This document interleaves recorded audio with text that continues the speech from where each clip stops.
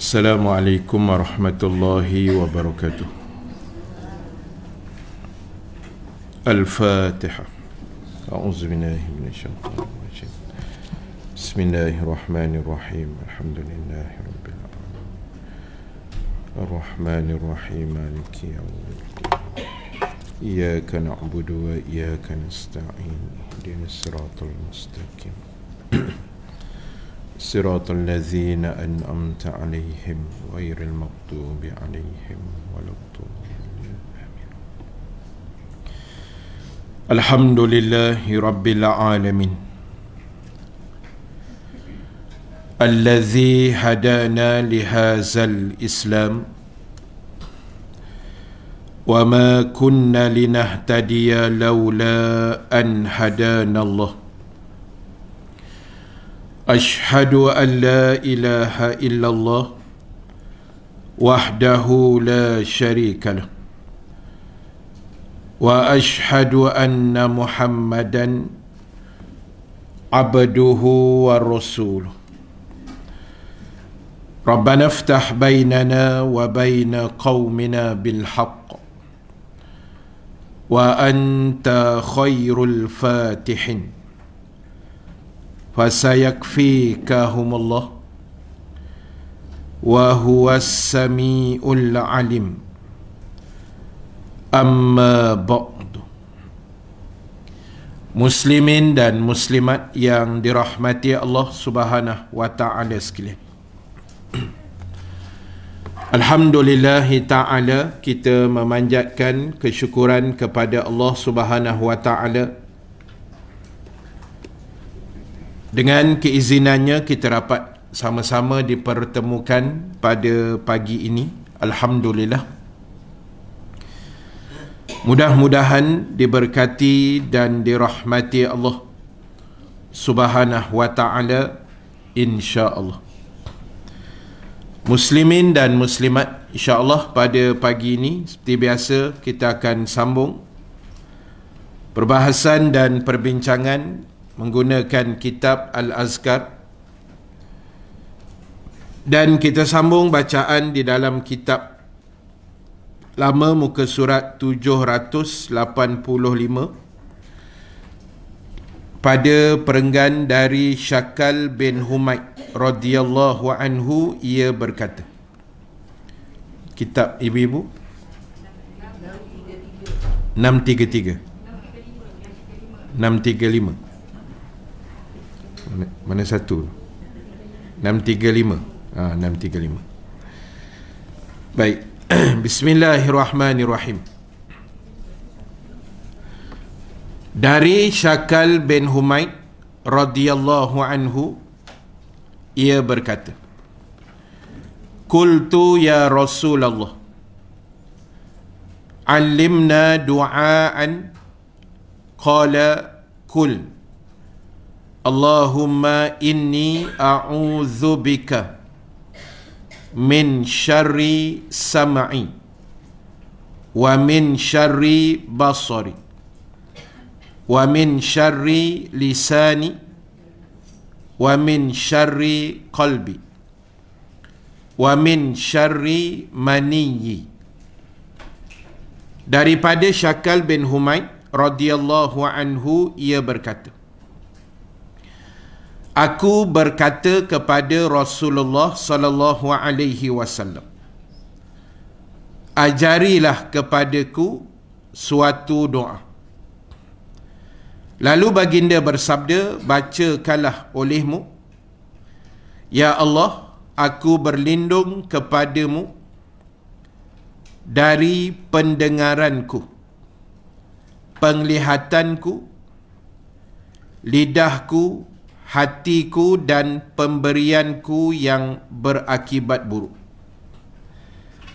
Baik, ibu-ibu, sahabat-sahabat yang dirahmati Allah sekalian, kita masih lagi dalam membicarakan tentang doa-doa yang diajarkan oleh baginda Nabi sallallahu alaihi wasallam kepada sahabat-sahabatnya. Dan pagi ini kita tengok satu doa yang diminta oleh Syakal bin Humaid Dia jumpa Nabi dan dia minta supaya Rasulullah mengajarkannya satu doa. Jadi Nabi mengajarkannya satu doa mohon perlindungan. Minta perlindungan dengan Allah. Antaranya daripada pendengaran yang tidak baik. Maknanya dilindungkan telinga kita daripada mendengar perkara-perkara yang tidak baik, yang boleh mendatangkan dosa, yang berunsur fitnah ataupun mengumpat, menghina, mencaci. Benda-benda yang telinga ni kalau dengar boleh mendatangkan dosa. Maka Nabi ajar kita minta perlindungan dengan Allah daripada perkara itu. Termasuk juga penglihatan. Maknanya mata kita lah. Daripada melihat perkara-perkara yang sama juga konsepnya, yang mendatangkan dosa, yang haram dan sebagainya. Juga lidah, hati dan pemberian. Maknanya lidah kita juga minta Allah lindung daripada bercakap perkara-perkara yang boleh mengakibatkan dosa, boleh mengakibatkan perselisihan faham, dan lebih bahaya lagi boleh mendatangkan fitnah. Dengan ucapan kita tadi boleh jadi fitnah pada orang lain. So benda-benda ini kita kena hindar, kita kena elakkan. Termasuk juga Allah pelihara hati kita supaya jangan timbul penyakit yang dipanggil mazmumah. Sifat hati yang tidak baik, yang tidak bagus. Umpamanya dengki, iri hati, sombong, berasa ujub, bangga diri, takabur, riak. Ini semua penyakit hati yang kita dah belajar, yang kita minta Allah jauhkan daripada hati kecil kita. Termasuk pemberian ni maknanya kita memberi sesuatu yang boleh mendatangkan riak, menunjuk, ataupun kita memberikan sesuatu tapi bukan niat yang betul kerana Allah. Mungkin ada niat-niat yang tak baik. Maka kita minta juga Allah Ta'ala melindungi kita daripada perkara yang sedemikian. Baik, kemudian yang berikutnya daripada Anas bin Malik radhiyallahu anhu. Inna Nabiyya sallallahu alaihi wasallam kana yaqulu Allahumma inni a'udzubika minal barasi wal jununi wal juzami wa sayyi'il asqam. Ini doa yang saya rasa semua orang dah hafal lah. Doa yang hari-hari keluar dalam TV masa Covid dulu, kan? Doa yang Tok Imam baca, ustaz-ustaz baca. Ni doa ni dia sabit daripada hadis Nabi, hadis yang sahih. Baik, dalam hadis ini ataupun dalam kisah ini, Anas bin Malik menceritakan bahawasanya Nabi SAW pernah berdoa kepada Allah dengan maksud, wahai Tuhan kami, sesungguhnya aku berlindung denganmu ataupun kepadamu.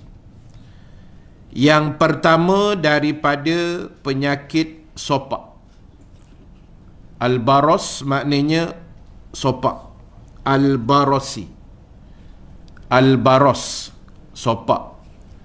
Al-boros, itu lain. Itu kopak dia panggil. Itu kopak duit. Itu al-boros nama dia. Baik, Nabi minta lindung daripada al-baros, maknanya sopak. Penyakit sopak lah, penyakit kulit. Yang kedua, wal junun, maknanya gila. Junun ni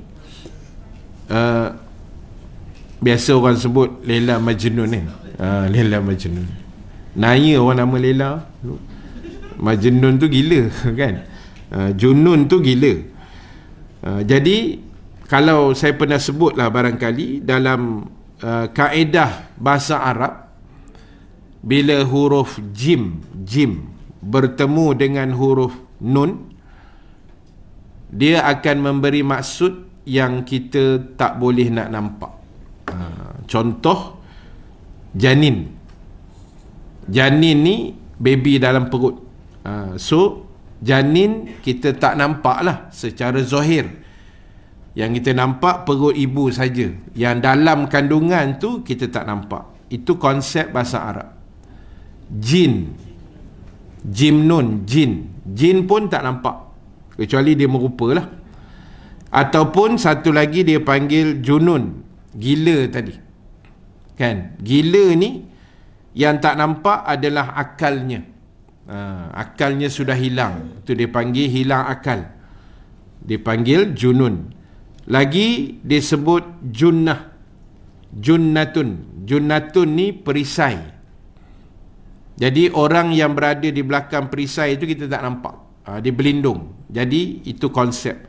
Termasuk satu lagi jannah. Syurga kan. Syurga buat masa ni tak nampak lah. Baik, jadi Nabi mendoakan juga supaya kita ni Allah lindung daripada penyakit gila. Gila ni rupanya penyakit lah. Kan. Jadi wallahu ta'ala a'lam. Ada yang betul-betul gila, ada yang macam ada pengalaman pula kan. Yang buat-buat gila ni. Jadi buat-buat gila ni tak tahulah, tapi gila-gila boleh tahan lagi lah kan. Gila-gila ni kadang perangai lah. Gila-gila masuk air sikit. Tapi kalau gila betul ni, na'udzubillah lah tak. Dia memang satu penyakit lah. Kita minta lindung. Termasuk wal juzam, maknanya kusta. Mungkin dulu-dulu banyaklah kusta ni kan. Sampai ada hospital kusta di Sungai Buloh tu. Jadi sekarang ni dah jadi tempat orang jual bunga dah kat situ kan. Jadi sekarang ni mungkinlah kurang sikit kot kesedaran. Maknanya masyarakat dah sedar nak jaga diri macam mana. Jadi mungkin kusta ni masih ada, tapi taklah meluas kan, taklah banyak sangat. Dan juga wasayyi'il asqam, penyakit yang berat, macam COVID, influenza A ke apa benda lah, tak kira lah, penyakit-penyakit yang berjangkit, segala jenis penyakit, termasuklah tadi sopak, kusta, gila. So segala penyakit ini kita mohon pada Allah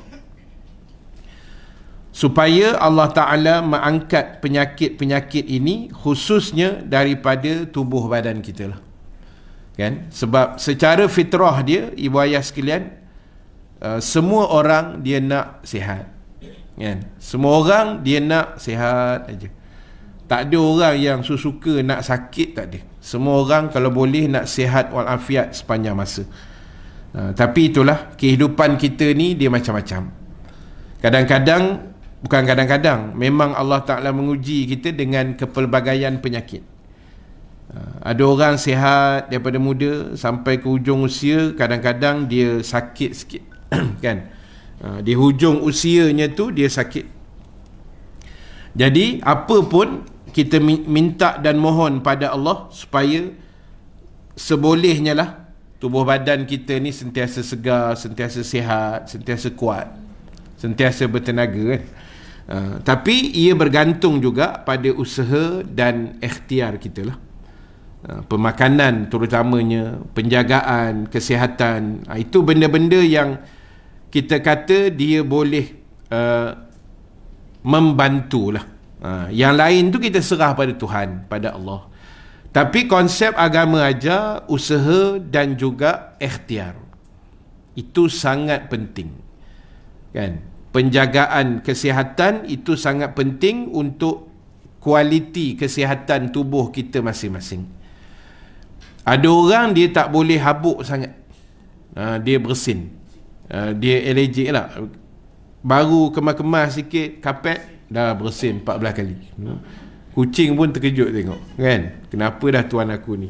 Jadi ada orang jenis gitu. Ada orang tak apa, berdebu, berasap, dia tak ada masalah. Dia punya antibody dekat situ dia kuat. Tapi kadang dia tak boleh benda lain pula. Dia adalah pro and con masing-masing lah. Jadi apa pun ibu ayah sekalian, usaha kita kena ada lah, kan? Minta Allah bagi sihat. Sebab Nabi dah peringatkan lah kita benda ni. Nabi kata rebut 5 sebelum 5, antaranya sihat sebelum sakit. Jadi sementara ibu-ibu, tuan-tuan sihat, ni boleh datang kuliah, kan? Sementara kita sihat, bolehlah datang kuliah. Besok-besok dah sakit, susah dah. Bolehlah dengar-dengar online gitu, tapi tak samalah macam kenikmatan dia kita datang dalam dewan kuliah ni, kan? Sama juga apa bentuk ibadah sekalipun, bila kita buat dalam keadaan sihat, dia punya feel, kenikmatan dia tu sangat seronok. Berbanding kita ibadah dalam keadaan sakit, kita semayang dalam keadaan sakit lutut, kan? Turun, meletup-letup semua, kan? Naik daripada rukuk, pinggang pap sekali, kan? Jadi rasa aduh, kan? Jadi dia terganggu, kan? Macam saya bawa jemaah umrah baru ni 41 orang. Jadi ada satu pakcik ni dia stroke, tapi stroke yang sedang-sedang lah, tak adalah teruk sangat. Tapi dia berjalan tu tak daya sangat lah, wheelchair, kan? Tapi Alhamdulillah dia ada anak-anak yang pada saya sangat terbaik lah. Anak-anak bujang dia, anak dara dia yang sentiasa jaga bapak dia 24 jam. Sepanjang umrah tu, sepanjang Mekah Madinah ni, kan, bagusnya dia jaga semua keluarga dia 8 orang. Dia jaga semua ayah dia elok-elok, turun pergi tandas ke bawah dekat airport, wheelchair tukar sana sini, semua diurus. Dan bagusnya dia tak kacau saya. Dia tak kacau kerja saya sebagai mentawih lah. Tapi kita pantau lah. Kita tanya macam mana, okey tak semua, kan? Kita siapkan semua fasiliti yang setakat mana kita boleh lah. Jadi bila dah sakit macam tu, itu saya kata ibadah kita tu dia akan ada terganggu lah, kan? Kita nak tawaf, kita nak sa'i, kita nak itu, kita nak ini. Tapi apa yang paling penting, kita ingat satu benda je. Bila sakit-sakit demam ni, Allah sayang kita lah, itu je lah. Kita pegang yang itu saja. Bila kita sakit, sesema, batuk, demam ke apa, Allah sayang. Allah uji aku sikit, dah lama dah aku sihat, takkan sikit sakit tak boleh tanggung, kan? Kita kena belajar redha, kita kena belajar mensyukuri. Jemaah saya bawa itu hari, kebanyakan di sana sihat. Adalah yang sakit juga, yang semput, ada yang demam, ada yang batuk, sesema, kan? Saya sepanjang 12 hari 10 malam tu, Alhamdulillah semua sihat. Semua sihat. Walaupun cuaca sejuk lah macam-macam, kan? Turun touchdown KLIA, terus demam. Dia lain, dia punya makam dia. Di sana okey, turun-turun Malaysia macam tak sesuai pula cahaya di Malaysia ni, kan? Macam nak kena duduk London. Jadi dia turun-turun, dia terus demam. Saya sampai hari Jumaat 6 Januari tu, Jumaat 2 minggu lepas, kan? Itu memang saya break 2-3 hari lah, nak rehat dulu sekejap. Lepas tu hari Selasa tu 10 hari bulan saya start kuliah. Tapi start tu dalam keadaan suara pun sengau-sengau sikit, kan? Ini pun ada sikit lagi lah. Tapi okey lah. Sebab kita ni bila sakit tu, dia ingat Allah tu lebih lah, berbanding kita sihat lah. Dia fitrah manusia macam tu. Bila sihat tu kadang-kadang dia tak sedari. Dia rasa dia hebat lah, kan? Telan vitamin itu, vitamin ini, dia rasa dia okey. Tapi bila kita dah sakit, demam, batuk, sumbat hidung, masa tu Allah kuat sikit lah, kan? Itu sebab Allah bagi kita sakit tu. Walaupun kita diajar minta lindung dengan Allah, supaya Allah jaga kita daripada penyakit yang besar-besar ni lah, kan? Kusta, kemudian sopak, gila, dan segala penyakit berbahaya. Ini sunnah yang Nabi ajar, supaya kita doa minta benda-benda ni. Dan saya sendiri pun dalam doa-doa lepas solat, kalau di surau masjid pun memang doa ni kita baca juga kan. Lepas-lepas kuliah pun kita baca doa ni. Sebab benda ni Rasulullah ajar. Sebab kita tak tahu ke depan besok apa penyakit lain pula yang akan muncul kan. Na'udzubillah min zalik lah. Apa pun kita doa, mudah-mudahan Allah lindung kita semua insya-Allah. Baik, sambung lagi. Daripada Abu Yasar As-Sahabi, yang merupakan sahabat Nabi lah sebenarnya, seorang Nabi SAW. Itu saya tak tahu apa maksud dia, tapi kalau tengok Arab dia tu maknanya Nabi berdoa. Mungkin salah tulis ke apa kat situ. Dia bukan Nabi, Nabi yang berdoa kan. Mungkin daripada Nabi lah tu.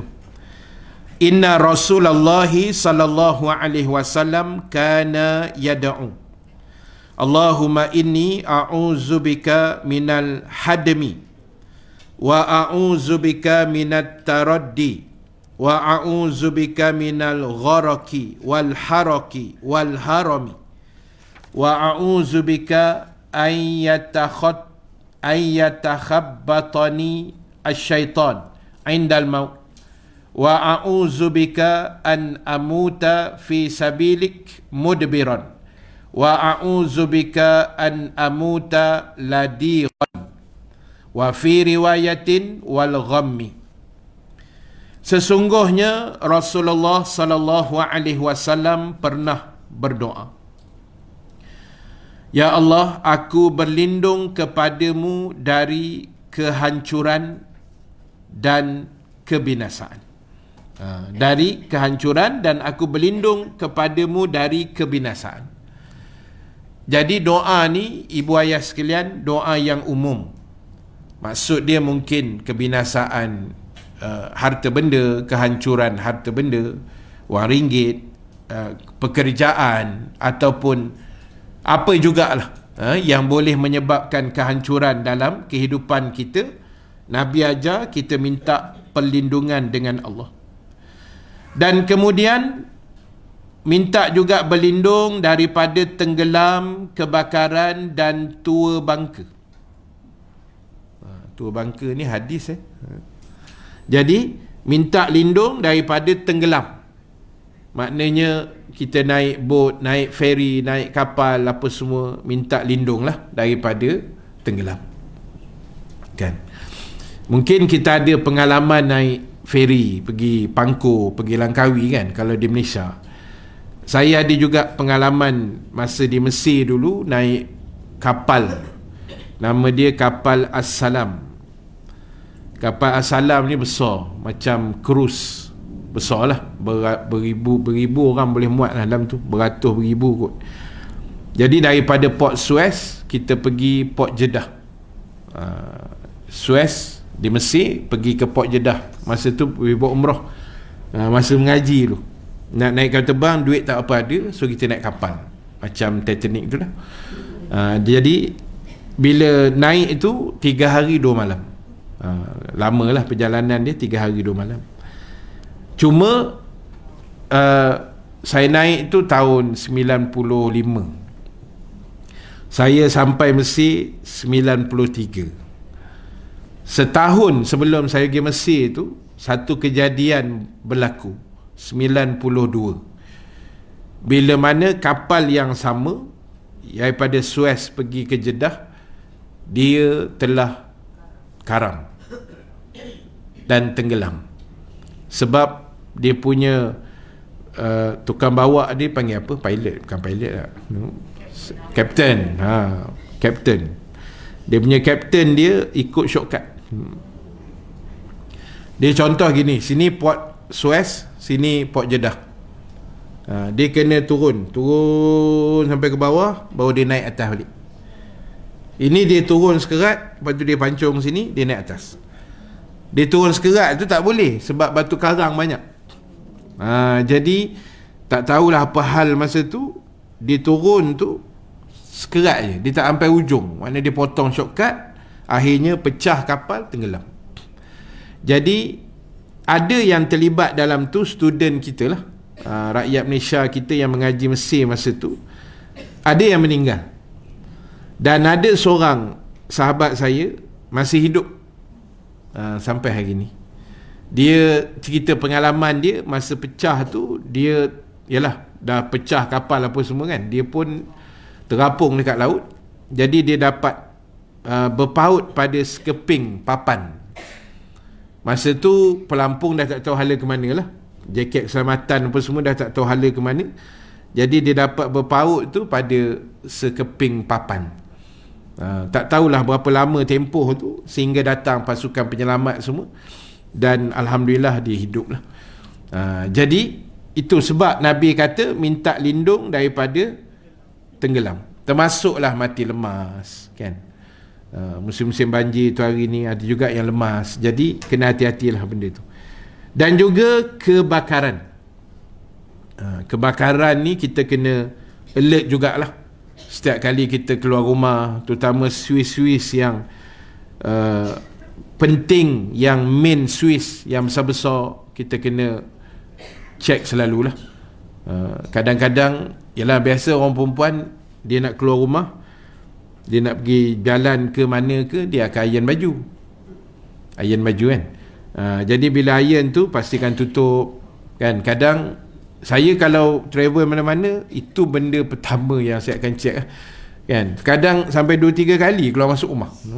Kereta dah start engine lah kan, nak memastikan Swiss itu, dapur gas itu kan, macam-macam pelak nak kena tengok. Takut kadang dah tanya dah rumah, dah tutup dah tu plug apa iron, dah cabut dah, tengok muka macam tak puas hati kan, masuk balik kan, double check lah, takut apa-apa hal kan.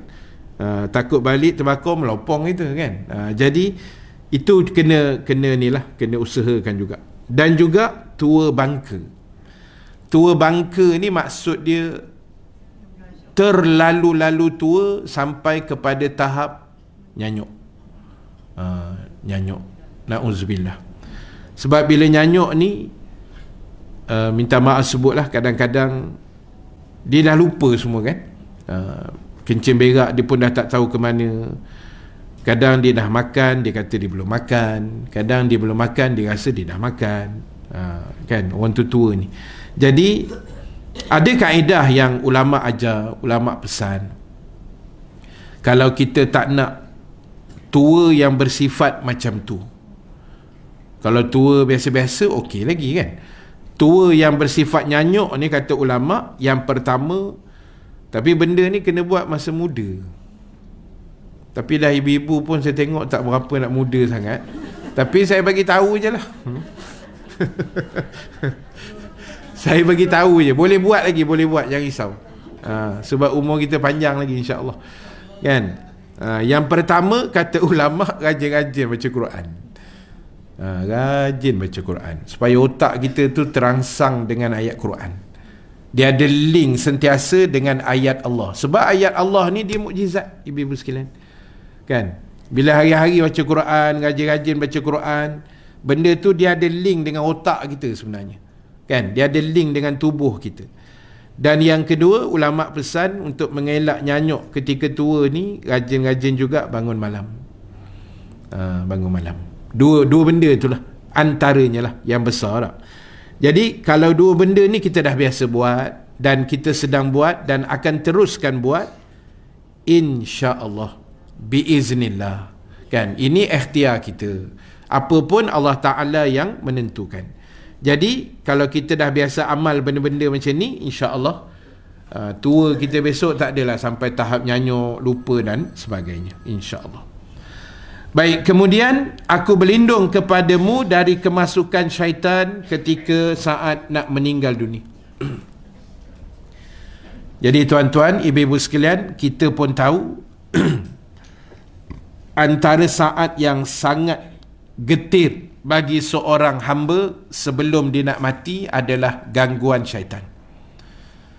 Di saat itu syaitan akan buat apa sahaja untuk mengkufurkan manusia itu. Sebab apa? Sebab itu dia panggil peluang last minute untuk setan. Itu dia punya last minute punya usaha. Sebab masa hidup dia dah gagal kan. Dia dah susah dan nak goda kita ni mengaji, kuliah apa semua ni, dia payah nak racun kita. Jadi dia akan cuba sampai saat-saat terakhir. Dan saat terakhir itu dipanggil sakratul maut. Yang Nabi kata ketika itu syaitan akan menyerupai orang-orang yang kita sayang yang telah meninggal dunia. Mak kita dah mati, ayah kita dah meninggal, maka dia akan menyerupai sebiji muka mak kita dan muka ayah kita, macam-macam lah. Dan dia akan gunakan ayat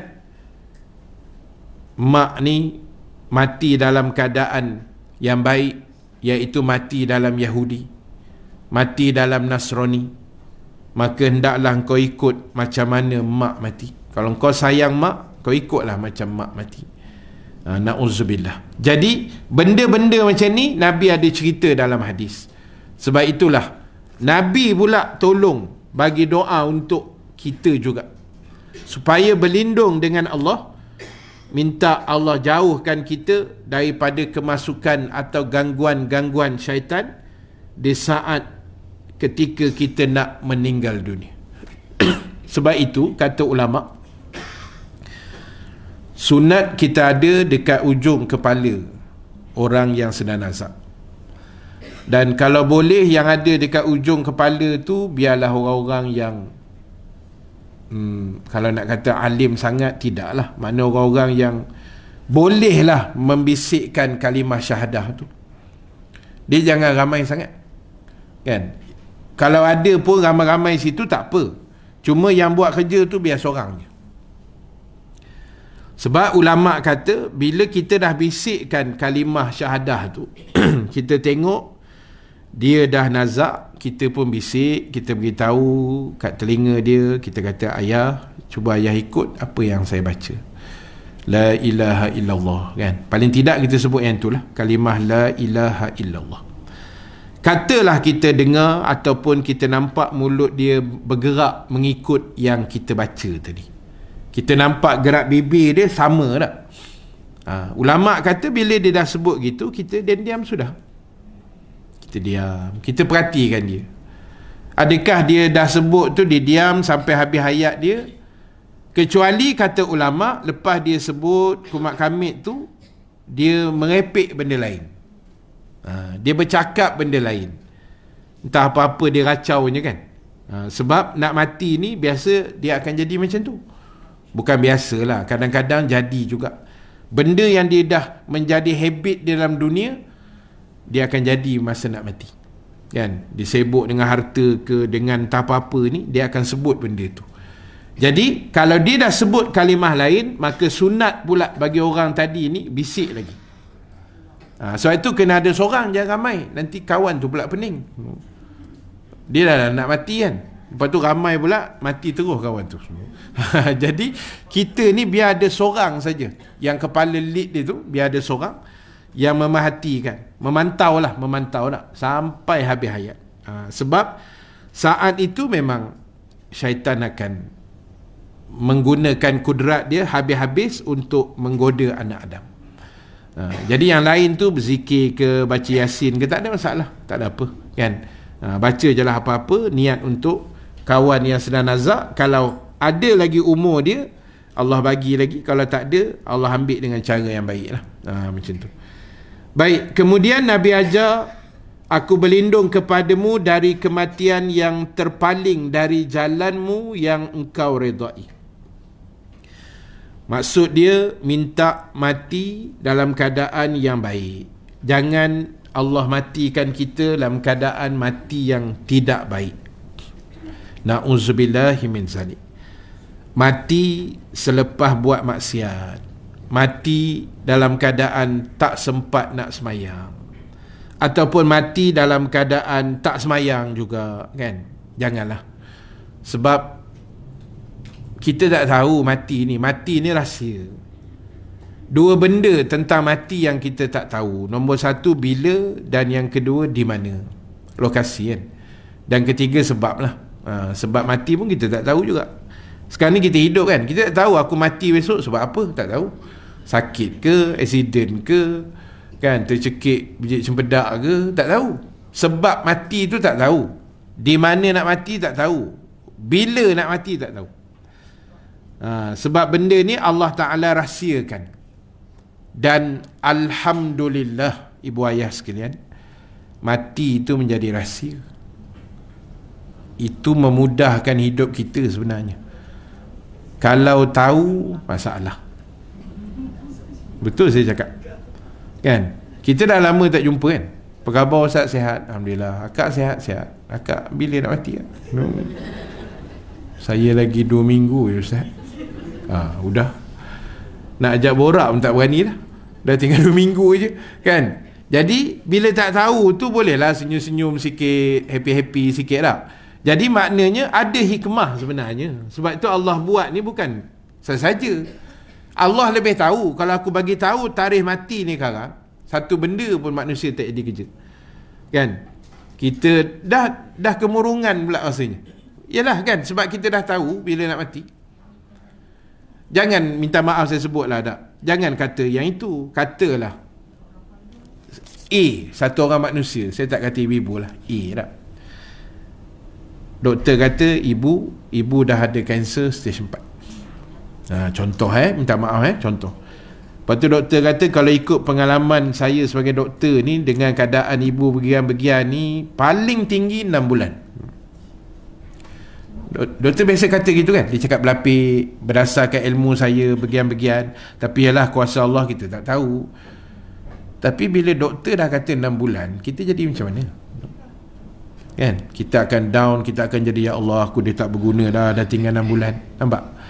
Itu setara doktor beritahu. Kalau Allah yang beritahu kita, Ustaz hidup ni 100 tahun je. Panjang sikit lah, kan?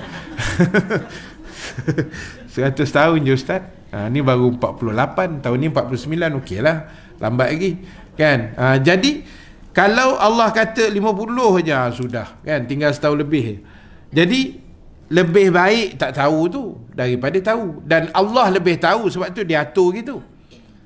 Cuma yang penting doa, minta jangan mati yang tak baik lah. Mati yang dipanggil su'ul khatimah.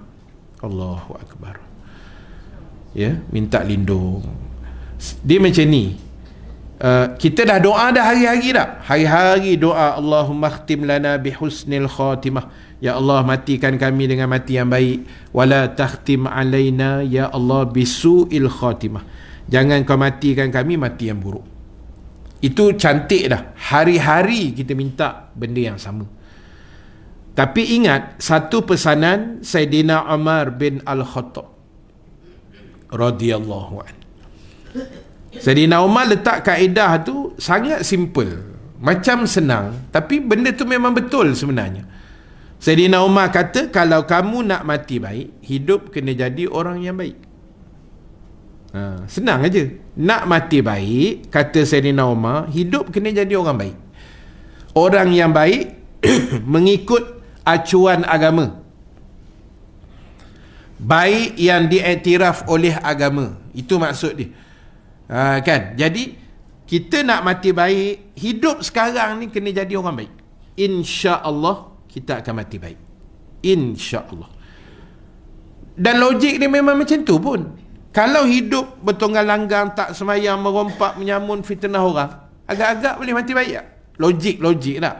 Takkan dapat punya. Kecuali Allah izin di hujung tu dia bertaubat, itu cerita lain. Tapi adat dia, kalau manusia tu hidupnya baik, insya-Allah Allah akan hadiahkan dia husnul khatimah. Allahu Akbar. Dan kita dah tengok dah ramai orang yang mengalami husnul khatimah ini sebab hidupnya baik. Kan? Jadi suatu hari ni, apa pun kita, siapa pun kita, akhlak, perangai, tingkah laku, adab kena baik. Kena baik. Saya cerita dah dalam kuliah-kuliah sebelum ni lah, dalam seminggu lepas ni. Masa di Mekah baru ni, saya jumpa satu orang manusia yang hebat sebenarnya dalam Malaysia ni. Kan? Saya pergi dekat sofa tu, kedai-kedai makan bawah tu kan, tingkat 1, tingkat 2 tu. Masa tu disaji baru nak buka.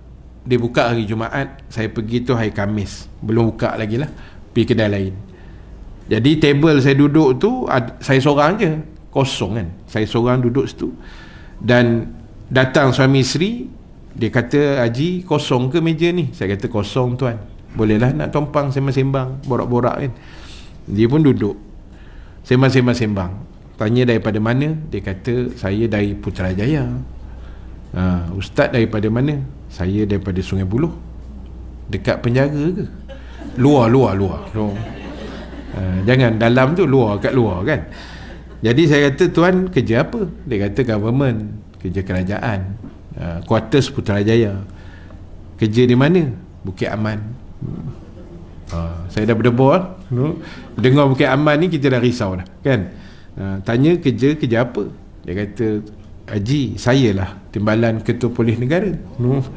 Tak pasal aku tak kenal Ketua Polis Negara punya kan, timbalan. Mujur tak kena tembak kan. Jadi rupanya timbalan Ketua Polis Negara, dia berdua saja dengan isteri dia. Tapi isteri dia kata, saya macam biasa tengok ustaz, dia kata. Saya kata, saya pun biasa tengok akak. Saya cakap ke bini dia kan, saya memang biasa tengok muka bini dia, tapi saya tak tahu kat mana, tapi muka dia familiar lah. Cuma bila dia kata saya timbalan Ketua Polis Negara ustaz, saya kata minta maaf tuan, saya tak perasan kan. Ya betul ustaz, ustaz tak perasan tu sebab saya pakai jubah. Kalau saya pakai uniform polis mungkin perasan, dia kata kan. Sebab orang yang beruniform ni, polis, bomber, rela ke apa benda pun, polis, doktor ke apa tak, uniform, dia akan nampak identiti dia bila dia sarung uniform tu. Dunia tu. Macam saya lah, uniform saya jubah. Bila saya keluar pergi Maidin, Subanjaya, saya pakai tracksuit dengan baju bola, pakai cap. Agak-agak perasan tak? Tengok dari jauh macam badan ni macam aku kenal saiz ni kan. Dari belakang macam kenal kan, macam Ustaz Rahim ni kan. Jadi tengok betul ke pakai cap, pakai kan. Bila tukar jersey, susah orang nak kenal sebenarnya. Dia punya suara mungkin kenal lah kan, tapi dia punya gah dia tu dekat jersey, penampilan tu kan. Identiti kita dekat jersey kita tu. Macam ibu-ibu lah, dah biasa pakai jubah kulu kilir kan, tiba-tiba tukar baju kebaya contoh kan. Jadi kawan kita tengok atas bawah, betul ke kawan aku ni kan. Jadi macam tu lah kan. Dia kata memang ustaz, orang tak perasan saya ustaz sebab saya tak pakai uniform. Tapi poin saya nak cerita tu adalah dia ni dengan isteri dia seorang yang sangat humble lah. Sangat, yelah, kita first time jumpa, first time sembang, tapi kita boleh, bukan kita boleh baca, tapi bila kita duduk dengan orang ni, kita pun adalah sikit-sikit belajar tak. Bila kita first time jumpa orang, cara dia menyembang, cara dia bergerak tubuh badan apa semua, kita boleh tahu dia ni manusia yang baik, sangat baik kan. Dan dia humble lah, sebab dia kata saya tahun ni ustaz, tahun lepas lah, maknanya 22 kan, dah 3-4 kali dah datang ustaz umrah. Tapi sebelum ni datang dengan tugas lah, bertugas, ada urusan negara, sebagai polis, datang sebagai polis. Ni dia datang sebagai orang biasa lah. Jadi bila datang sebagai polis ni ustaz, leceh lah ustaz. Saya nak minum teh tarik pun bodyguard keliling ustaz, nak telan pun tak syok, tak ada feel. Yelah, dia timbalan ketua polis, mestilah ada bodyguard kan, ada pengiring. Jadi bila buat umrah pun pengiring, berjalan pun tak syok ustaz. Jadi nak keluar daripada kelompok tu, kita tengok macam best je kan, dia sendiri tu tak syok. Macam kita tengok menteri lah dengan bodyguard, dengan pengiring, macam best je kan, sebenarnya tak best pun kan. Jadi kebebasan tu. Jadi bila saya datang macam ni ustaz, boleh minum-minum, lepak-lepak dengan ustaz, sonok kan. Tapi yelah, saya tengok dia bagus lah, akhlak dia bagus kan. Sembang tak ada meninggi, tak ada. Dia sembang biasa-biasa, memang humble punya manusia lah. Jadi itu akhlak, supaya bila kita hidup macam ni, ada ruang Allah nak bagi kita mati yang baik. Sebab Sayyidina Umar ajar kita nak mati baik, hidup kena jadi orang baik lah. Baik pada sisi agama, insya-Allah. Dan yang terakhir disebut situ, aku berlindung kepadamu dari kematian yang disebabkan gigitan binatang. Ataupun binatang-binatang bisa ke, yang melibatkan binatang lah. Kalau sekarang ni kita tengok ada isu-isu buaya. Buaya pun dah merata dah saya tengok.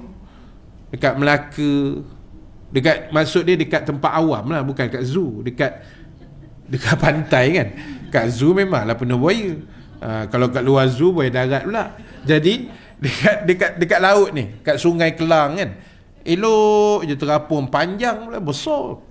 Kat Melaka ada saya tengok kan, Pantai Kelebang, lepas tu tak kat mana lagi tak, kat Pahang itu hari naik atas darat terus masa banjir tu, besar gila pula tu. Jadi kalau Sabah Sarawak memang kena faham je lah kan. Itu isu dia. Jadi kita minta lindung buaya ke, ular ke, binatang bisa, kalajengking, lipan ke apa benda lah kan. Minta lindung supaya kita tidak mati akibat gigitan binatang-binatang yang tersebut. Baik, sambung lagi. Dan ada tambahan daripada riwayat Abu Daud, iaitu mati dalam keadaan berduka cita. Macam tu.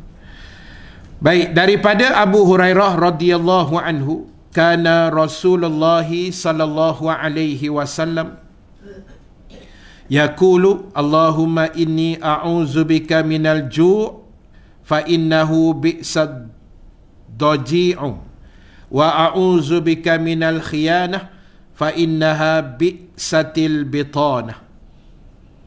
Adalah Rasulullah sallallahu alaihi wasallam bersabda dalam doanya, ya Allah, aku berlindung kepadamu dari bahaya lapar, kerana ia adalah seburuk-buruk teman berbaring. Dan aku berlindung kepadamu dari khianat, kerana ia adalah seburuk-buruk teman yang dipercayai. Jadi saya cuba memahamkan apa kaitan lapar dengan berbaring tadi.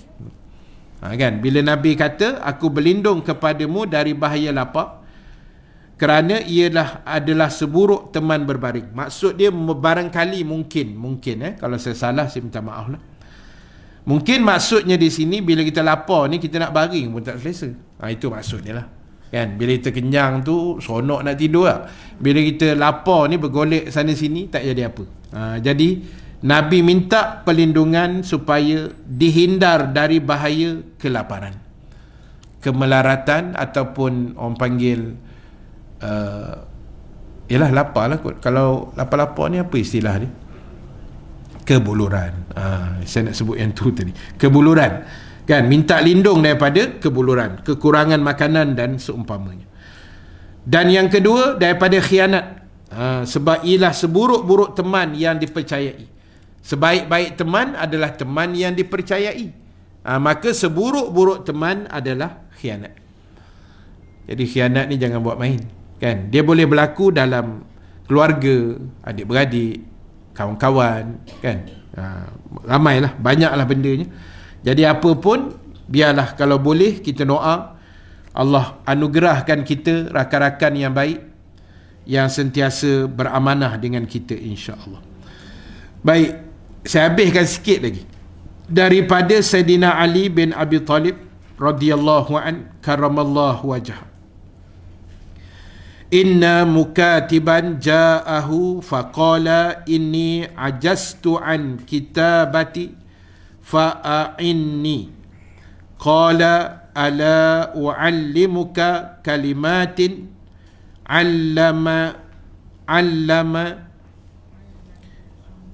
allamanihinna Rasulullah sallallahu alaihi wasallam law kana alayka mithlu jabalin dainan addahu anka kul Allahumma akfini bihalalika an haramika wa aghnini bifadlika amman siwak.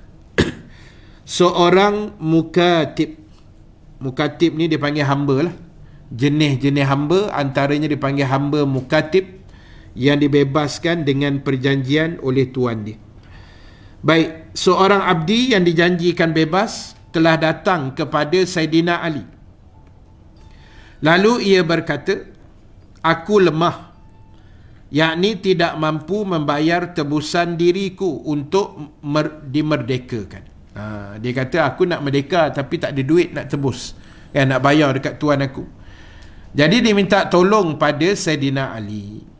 Lalu Saidina Ali menjawab, mahukah kamu aku ajarkan beberapa kata atau doa yang pernah diajarkan oleh Rasulullah sallallahu alaihi wasallam kepadaku? Sekiranya kamu menanggung hutang sebesar gunung sekalipun, tentulah akan terbayar. Jadi ibu sekalian, mungkin bukan semualah, tapi ada orang yang berhutang sana sini lah. Kita pun ada hutang-hutang yang belum diselesaikan juga. Jadi boleh kita amalkan bacaan doa ini setiap hari. Dalam bahasa Arab, Allahumma akfini bihalalika an haramik wa aghnini bifadlika amman siwa. Yang bermaksud, ya Allah, cukupkanlah aku dengan yang engkau halalkan daripada apa yang engkau haramkan, dan kayakanlah aku dengan kurniaanmu daripada mengharap selain daripada engkau, ya Allah. Jadi maksudnya, ibu ayah sekalian, doa ini kita minta sebagai doa kecukupan. Istilah dia gitulah. Doa supaya kita ni cukup segala-galanya. Tidak berhutang, dapat melunaskan hutang, adalah sikit saving dan sebagainya, kan, untuk masa depan, untuk anak-anak. Jadi inilah doa yang terbaik yang Rasulullah ajar pada kita untuk kita baca setiap hari lepas solat dan sebagainya, supaya Allah mencukupkan habuan kita. Betul, rezeki memang Allah dah susun elok, tapi Islam mengajar kita doa, Islam ajar kita usaha, Islam mengajar kita ikhtiar. Tak? Tolong ulang doanya. Ada geng minta tolong ulang doanya. Baik, doanya berbunyi gini. Nabi ajar kita doa tadi, bunyinya Allahumma kfini bihalalika an haramika wa aghnini bifadlika amman siwak. Pendek je, kan? Boleh hafal lah, balik lagi boleh hafal siap lah. Iaitu dengan maksud, ya Allah, cukupkanlah aku dengan apa yang engkau halalkan daripada yang engkau haramkan, dan kayakanlah aku dengan kurniaanmu daripada aku mengharap selain daripada engkau, ya Allah. Jadi maksud dia, kita hanya benar-benar mengharapkan Allah semata-mata dalam apa juga urusan perjalanan hidup kita semua, kan? Apa pun kita memang mengharapkan Allah Ta'ala semata-mata. Baik, kemudian daripada Imran bin Al-Husain radhiyallahu an, inna nabiyya sallallahu alaihi wasallam allama abahu Husainan kalimataini yad'u bihima Allahumma alhimni rushdi wa a'izni min syarri nafsi. Sesungguhnya Nabi SAW mengajari ayahnya yang bernama Al-Husain. Maksud dia bukan Nabi ajar ayah Nabi, bukan. Nabi ajar ayah Imran tadi yang bernama Husain, iaitu dua kalimat doa yang berbunyi, ya Allah, ilhamkanlah pendirianku, yakni berilah ilham dan petunjuk dalam hidup aku, dan peliharalah daku dari keburukan peribadi diriku. Jadi ibu ayah sekalian, ada dua benda yang Rasulullah doakan untuk ayah Imran tadi yang bernama Al-Husain. Yang pertama, Nabi minta supaya sentiasa diberikan ilham daripada petunjuk. Maknanya hidup kita ni perlu kepada petunjuk Allah. Hidayah, petunjuk, ilham yang baik-baik, kan? idea yang baik-baik, itu kita kena minta lah. Sebab benda ni Allah yang bagi, kan. Ada orang Allah anugerahkan dia sentiasa dapat ilham yang baik-baik, kaedah yang baik-baik, idea yang baik-baik, petunjuk yang elok, dan kadang-kadang dia sharekan pada manusia. Ini orang-orang yang hebat lah. Dan yang kedua, Nabi minta doa supaya dilindungkan daripada kejahatan peribadi kita sendiri, supaya kita ni jangan jadi orang-orang yang jahat, orang-orang yang buruk kelaku, yang buruk perangai, yang tak elok kelakuan dia, kan. Akhir zaman ni kita takut. Saya takut nak cakap, sebab takut benda tu kita buat, kan? Tapi banyak yang berlaku hari ni, kadang-kadang orang tidak menjaga adab, orang tidak menjaga akhlak. Dua benda ni lama dah hilang daripada orang Islam kita, adab dan akhlak, kan. Kadang-kadang kita tengok, minta maaf sebut, orang non-Muslim pula kadang lebih beradab daripada kita, lebih beretika, lebih berakhlak. Kalau istilah tu kita boleh pinjam untuk mereka, kan. Kita kadang-kadang tak reti nak hormat orang, tak reti nak menzahirkan terima kasih. Orang dah tolong, kita tak ucap apa pun. Kadang-kadang orang dah bantu kita, kan. Contohlah macam dekat highway, kat tol, kat mana, kan, orang bagi laluan ke apa, kita dah bagi signal, orang pun berhenti sekejap bagi laluan, ucaplah terima kasih, kan. Terima kasih tu caranya bagilah bersignal. Itu kaedah dia sebenarnya, kan. Bila orang bagi double signal tu, sebenarnya dia macam nak ucap terima kasih lah, kan. Kita bagi laluan kat dia. Jadi apa pun dalam hidup ni, adab tu sangat penting. Hari ni orang bercakap soal keruntuhan akhlak di media sosial, netizen, kan. Banyak yang jadi macam tu. Macam saya sebut lah itu hari, kadang-kadang benda tu tak ada kena mengena dengan kita, tapi kita ulas benda tu macam kita ada sekali kat situ. Yang kahwin orang lain, tahu kan cerita, kan. Yang kahwin tu orang lain, kita pula, kan. Kita pula yang tolong tambah kicap sambal kat situ. Kita kata apalah dia ni, apa. Kita tahu ke cerita sebenar dia macam mana? Kita tak tahu. Dia nak kahwin 2, 3, 4 tu dia punya suka lah, kan. Kita doa yang baik-baik sudah. Kita tak tahu jalan cerita, tak payahlah masuk campur pula. Kita pula buat video, kau tunggu orang ketiga masuk, kan. Kau apa hal kau, no? Kan, masuk-masuk campur hal orang ni, kan. Kita tak tahu jalan cerita, diam-diam doa yang baik-baik sudahlah. Biarlah dia uruskan keluarga dia, selesai cara elok ke macam mana. Kita pun tak tahu apa cerita sebenar, kan. Dua-dua pihak kita tak tahu cerita sebenar. Jadi kita tak payah masuk lah. Doa yang baik-baik, kan. Sebab kadang netizen ni dia terlalu laju, lebih laju daripada mufti pun ada. Betul saya cakap. Saya dah cerita itu hari, kawan saya seorang, dia tersilap post satu video. Video tu dah betul, cuma dalam tu dia tersilap sebut nama sahabat je. Tersilap sebut nama sahabat, bukan dia sebut nama berhala ke apa, bukan. Dia tersilap sebut nama sahabat tu patutnya Abu Ubaidah Amir Al-Jarrah, dia sebut Abdullah apa, atau tersilap sikit. Netizen komen kat bawah, abang dah murtad tu. Laju daripada Qadi, kan. Padahal silap sebut nama sahabat, bukan syirik gak, bukan, tak ada kena-mengena dengan akidah pun. Tersalah letak nama sahabat ni.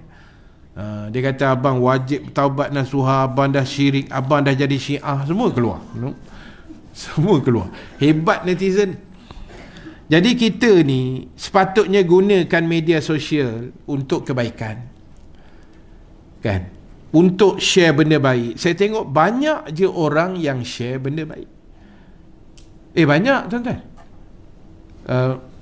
Kita punya ni live-live yang ada ni 2-3 channel, campur saya 2-5 channel, semua benda baik. Dan ada yang abang pun edit, Medina Studio, edit sikit kuliah-kuliah kita dekat Al-Falah ni, tengok point cantik-cantik, saya dah follow dah TikTok kan. Sebab saya ada tertengok baru ni yang Ustazah Isfadiah punya tu kan, cerita pasal student dia tu kan. Saya dengar pun, seram juga saya. Jadi itu benda baik kita share. Ini sebenarnya yang berlaku, bukan semua dalam setengah student kita di IPT, IPTS, IPTA ni. Takut kita kan. Kita seram dengar anak masuk universiti dah bangga dah, tapi kita tak tahu apa jadi dalam tu. Sampai mengandung kan, sampai rupanya 2-3 orang jantan. Takut kita dengar. Saya tengok video tu bang, sampai habis saya tengok. Lama juga video tu kan, berapa minit. Tapi saya tengok lah, sebab kita nak tahu apa cerita kan. Jadi kalau kita share benda macam tu, kita kerat-kerat kuliah yang tidak menimbulkan fitnah, itu tak apa. Dia yang banyak dalam YouTube kan, kerat-kerat lepas tu laga kau ustaz. Ni jahat lah. Ini jahat. Laga Ustaz Dasuki, Ustaz Zaidus, laga Ustaz ni dengan Ustaz Somad, Ustaz, semua dia laga. Itu tak baik lah. Itu jangan buat lah kerja tu kan. Sebab dia laga tu, sebab video tu sekerat.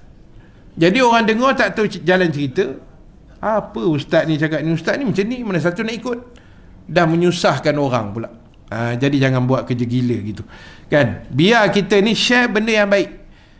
Jangan hal rumah tangga tak payah share lah kan. Simpan aja lah. Kita cerita pada orang yang sepatutnya jadi orang tengah, tu tak apalah. Minta pandangan kan. Ni semua nak dicerita. Jadi tak payahlah. Tak ada manfaat pun sebenarnya. Kan. Jadi sebab itu, apa pun ibu ayah sekalian, gunakanlah segala medium yang ada ni untuk kebaikan. Jangan kita sebar-sebarkan benda-benda yang tidak baik, insya-Allah. Baik, sampai mana tadi? Sampai Imran tadi Baik, yang Abu Hurairah tu nanti kita sambung insya-Allah biiznillah pada jadual kita 2 minggu akan datang. Ini hari ni minggu ke-3 kan? Betul. Ni minggu ke-3, kita jumpa minggu pertama bulan Februari. Insya-Allah biiznillah. Baik, sebagai kesimpulan akhir untuk pagi ini muslimin muslimat, yang pertama sekali, jaga akhlak kita masing-masing, jaga peribadi kita masing-masing, jaga tingkah laku kita masing-masing. Sebagai muslim, muslimah, inilah yang disarankan oleh agama. Jadi kita kena perbaiki dari masa ke semasa, insya-Allah. Yang kedua, apa pun dalam hidup ni, masalah kecil besar dan sebagainya, kita ada Allah Ta'ala yang sentiasa maha mendengar, yang maha melihat, yang maha memerhatikan. Maka kita ambillah peluang-peluang ini untuk berdoa, memohon, minta ampun dan sebagainya, mengadulah pada dia. Dan yang ketiga, seperti biasa, kita jangan tinggalkan majlis-majlis ilmu. Walau apa cara, apa keadaan sekalipun, kita mengaji, insya-Allah, mudah-mudahan Allah akan berikan ilmu yang terbaik kepada kita, insya-Allah. Amin ya rabbal alamin. Wallahu ta'ala a'lam. Mudah-mudahan sedikit perkongsian kita pada pagi ini dapat kita ambil iktibar dan pengajaran bersama-sama. Dan ada 1-2 perkongsian ringkas yang saya nak kongsikan dengan muslimin muslimat sekalian. Yang pertama sekali, kutipan sedikit pada pagi ini untuk tahfiz lah, tahfiz Al-Fadil Ustaz Farhan Suhud, yang sebahagian ibu-ibu dah pergi dah itu hari. Alhamdulillah setakat ni dah 60% lah, insya-Allah 60% dah siap, alhamdulillah. Dan kita teruskan membantu dan menyumbang, insya-Allah. Mudah-mudahan Allah Subhanahu Wa Ta'ala beri yang terbaik lah di atas sumbangan yang kita buat nanti, insya-Allah. Dan yang kedua, untuk umrah yang akan datang, saya sepatutnya plan awal Ramadan, tapi sebab saya memikir sangat, teruk pula kali ni punya umrah ni. Bukan teruk apa, sebab terlampau banyak dia punya cabaran dia. Hotel, tiket kan, management di sana. Banyak yang kena sebenarnya. Kita tengok hotel lah paling banyak kan. Hotel sekian tak dapat, corner ke sekian. Termasuk saya sendiri pun sama juga, benda yang sama. Jadi orang terlampau ramai. Jadi saya asalnya plan awal pertengahan bulan 3 lah, maknanya sambut Ramadan di sana. Tapi saya tangguhkan dulu. Kita pun bawa balik pula, rasa macam penat pula kan. Jadi saya plan tu lambat lagi lah. Cuma saya maklum sajalah. Kemungkinan mungkin selepas haji lah kot. Lepas dah settle raya puasa, raya haji, tenang-tenang sikit, baru saya akan bawa satu trip lagi lah. Namun untuk bulan 12 ujung tahun, saya mungkin taubat nasuha lah. Bulan 12 ni saya dah rasa seram sejuk lah. Sebab banyak yang kena baru ni. Hotelnya macam-macam lah. Panjang nak cerita. Ibu-ibu pun dah tengok dalam media sosial kan, macam-macam keluhan.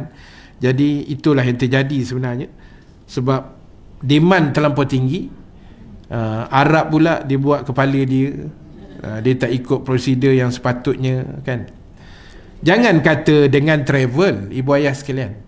Travel ni saya percaya tak ada travel yang nak menyusahkan jamaah dia, tak ada. Semua akan buat yang terbaik. Tapi bila kita dah booking, tiba-tiba sampai dia pulang duit, kita nak cakap apa?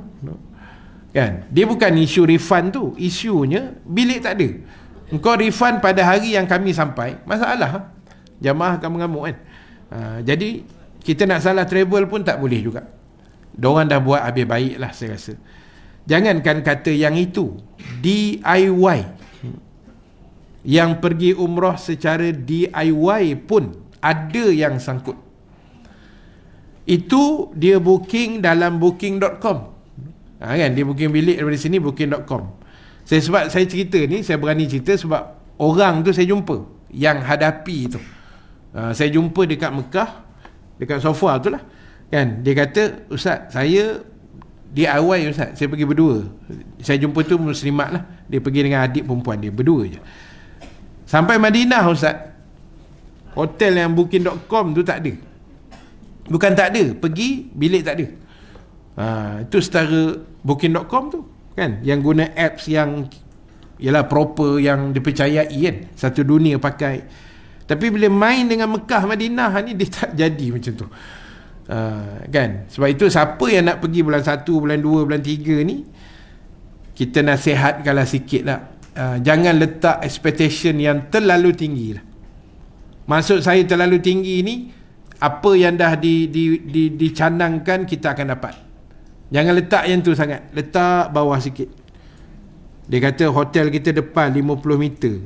Jangan letak tinggi sangat 50 meter tu. Letaklah 200 meter ke belakang. Atau 1 kilometer. Supaya hati kita boleh bertenang besok lah. Kalau tidak memang kacau kita. Kan? Dan setengah jamaah pula dianggap hotel 5 bintang Mekah Madinah ni sama macam Malaysia. Dia tak sama, ibu ayah sekalian. Tak sama. 5 bintang Mekah, tuala tak ada, bilik air sumbat, lift jahanam, nak cakap apa kan. Jadi jangan expect sama. 5 bintang kita lain kan. Katalah Hilton ke mana 5 bintang kan, kita lompat atas katil, melambung ke ceiling. Dia punya spring dia tu. 5 bintang Mekah, ibu-ibu lompat, melekat dekat spring tu. Dia tak melantun balik. Kan? Tak salah cuba-cuba nak unjuk-unjuk kat katil, memang tak ada kan. Jadi jangan expect tinggi sangat. 5 bintang, okey Ustaz, best, kita ibadah pun tenang kan. Sampai-sampai tak tenang kat dia buat ni. Jadi itu pesanan saya lah ya. Tak kira lah ibu-ibu pergi secara travel ke atau DIY ke, kita doa yang baik-baik lah insya-Allah. Baik, jadi itu saja untuk pagi ini. Terima kasih banyak. InsyaAllah kita jumpa jadual kita awal Februari, mudah-mudahan. Dan terima kasih yang akan menyumbang nanti pada tabung yang disediakan. Mudah-mudahan dirahmati Allah. Yang baik, yang benar daripada Allah. Yang kurang, kelemahan diri saya sendiri. Kita tangguhkan majlis dengan tasbih kafarah, suratul As dan bacaan doa. Subhanakallahumma wa bihamdika, nashhadu an la ilaha illa anta, nastaghfiruka wa natubu ilaik. Bismillahirrahmanirrahim.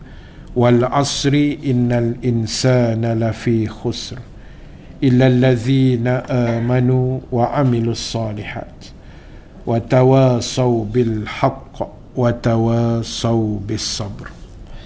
Bismillahirrahmanirrahim. Alhamdulillahi rabbil alamin. Wassalatu wassalamu ala asyrafil anbiya'i wal mursalin wa ala alihi wa sahbihi ajma'in. Allahumma ja'al jam'ana haza jam'an marhuma wa tafarruqana min ba'dihi tafarruqan ma'suma wa la taj'alillahumma fina syaqiyan wa la mahruman wa la matruda. Wa sallallahu ala sayyidina Muhammad wa ala alihi wa sahbihi wa baraka wa sallam. Walhamdulillahi rabbil alamin. Assalamualaikum warahmatullahi wabarakatuh.